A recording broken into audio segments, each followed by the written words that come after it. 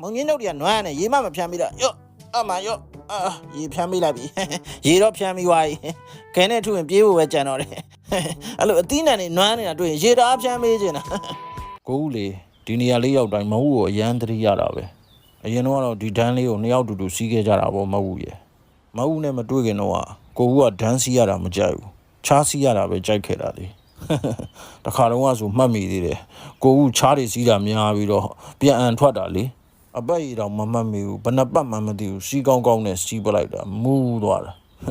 ချားစီးပြီးမူးနေတဲ့ကိုဦးနာကိုမဟုတ်ကရှူသေးဘူးလေးနဲ့ရောက်လာခဲ့တာလေအဲ့ကနေစပြီးတော့ချားမစီးပြစ်တော့တာလာလေကွာဘာရကြည့်နော်ငါတို့လိုက်လာမင်းတခင်ကခွင့်ပြုပါမလားခွင့်ပြုပါလေဟာမင်းကလေ